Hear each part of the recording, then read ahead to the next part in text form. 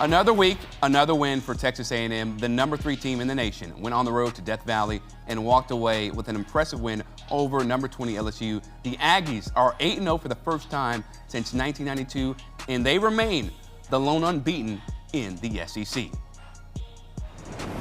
Time now to welcome in CBS Sports college football insider Richard Johnson and former Louisiana running back Emory Hunt as we unpack our winners and losers from college football this Saturday. Let's start with the Aggies. They trailed LSU at halftime, y'all, but it was all Aggies in the second half. So, Richard, I'll start with you. What did we learn about Texas A&M in this game? Well, we learned that A&M's defense is still fierce. We learned that A&M gets better over the course of the game when they find out what they're doing well and what you're doing not so well. We found out that it doesn't really matter what LSU can try to do, whether LSU can get a safety but with a fake punt, whether LSU can keep the game close through the first half. It doesn't matter because at the end, cream rises to the top, and A&M in all 3 phases ended up dominating this game in the end. They're explosive at every level. You talk about explosive at quarterback with Marcel Reed. They're explosive in the backfield with the slew of backs they have out there. I'm a big fan of Ashton Daniels and what he does running the football. Amari Daniels and what he does running the football. They're explosive, as you saw right there, at punt returner, last wide receiver with Casey Concepcion. They're explosive on defense and how they attack you and how they get after the quarterback. They're explosive everywhere. And when you have a young quarterback like Marcel Reed that's growing and becoming an asset, a significant asset on offense, it helps you think about this team long-term win a national championship. Yeah, Mike Elko really has his team playing at an all-time level. Now, we also had Texas stunned Mississippi State because they were down 38-21 at one point in the fourth quarter. They win 45-38. And in one hand, you can say, well, yeah, they should have beaten Mississippi State because Mississippi State has no SEC wins. But on the other hand, it's like, yo, coming back from 17 points down, that's pretty impressive, no? Emory? Yeah, it's very impressive. And that touchdown catch you saw right there was the game winner. That was Matthew Caldwell, the backup quarterback, throwing the game-winning touchdown pass to Emmanuel Mosley in overtime. And this entire game showed me that this team really loves their head coach. They love each other. They want to win, and they want to win for each other and their head coach. Because you saw Arch Manning play his best game, I thought, of his career because they were down. He fought them back, had, 29 of 30, 46 for 346, 3 touchdowns, and a rushing touchdown, and he got hurt trying to get positive yards, trying to gain yards and keep his team afloat. And then you got the backup coming in, throwing a dart to the outside. Receiver did what he could to keep his feet in bounds. So great team effort. The punt return by Niblett, all of that mattered. They needed every last point to win this ball game. So this was a great team win. This was big for Texas, not just for them in the top 25, but mentally, psychologically, and for their head coach as well. Speaking about the head coach, right? Before the game, a report came out that he was interested in returning to the NFL, including the Titans job. And Steve Sarkisian, he was quite defiant during his post-game conference about those rumors. I'd love to touch on this, so bear with me for a second, because it really pisses me off that one person can make a report that in turn the entire media sports world runs with as factual. To the point of my agency and my agents have to put a statement out that they never have done. Historically, CAA, Jimmy Sexton, and Ed Manowitz have never do that. But I had to do that to protect my locker room and my team.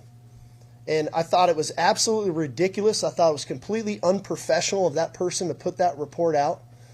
And the fact that everybody ran with it is borderline embarrassing for the media. And I respect what you guys do. I really do, and everybody else. But the fact that everybody ran that as truth is really embarrassing. Okay, so I've got a small circle when I make decisions on what I do and what I don't do, and nobody would speak on my behalf without me knowing. And so where that report came from, I'd love to talk to that person because it's absolutely ridiculous.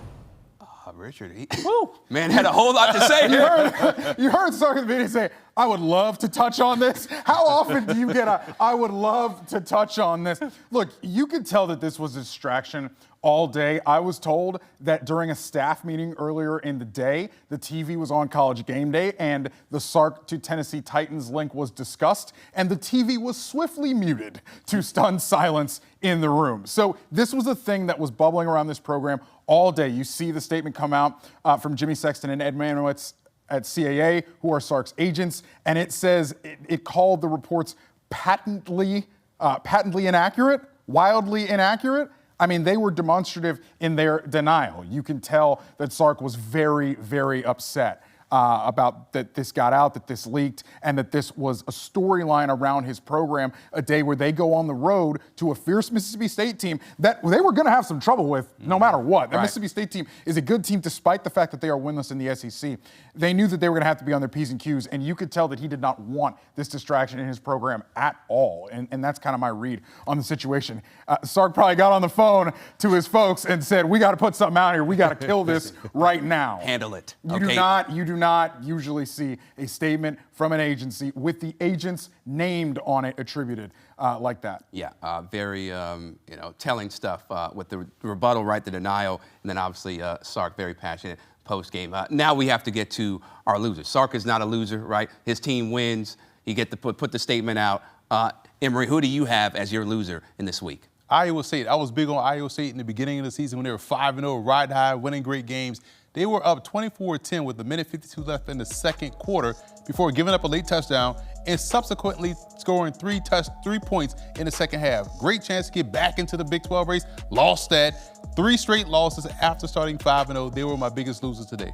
Richard, how about for you? Who screams loser? My biggest loser also from the Big 12. Talk about Arizona State. Look, no Jordan Tyson in this game for them. It's their best player by a wide margin. It's the thing that makes their offense go. He was not able to go in this game, and you saw what happened. They were really unable to generate offense really until the end. They lose 24-16, and their chances at getting into the Big 12 championship race, it's going to be tough for them because of the logjam of teams in the standings. Maybe Kenny Dillingham had something going on, right? Preseason when he was like, yeah, this is not a championship caliber team. Try to tell you. Right, you thought it was like motivation, but maybe not. Maybe that's just who they are. Okay, now let's end on a good note. Who's another winner in your mind that deserves some love, Emory? How about we go to the HBCU ranks, the MEAC, Delaware State. And the reason why I like Delaware State, #1 rushing offense in the FCS.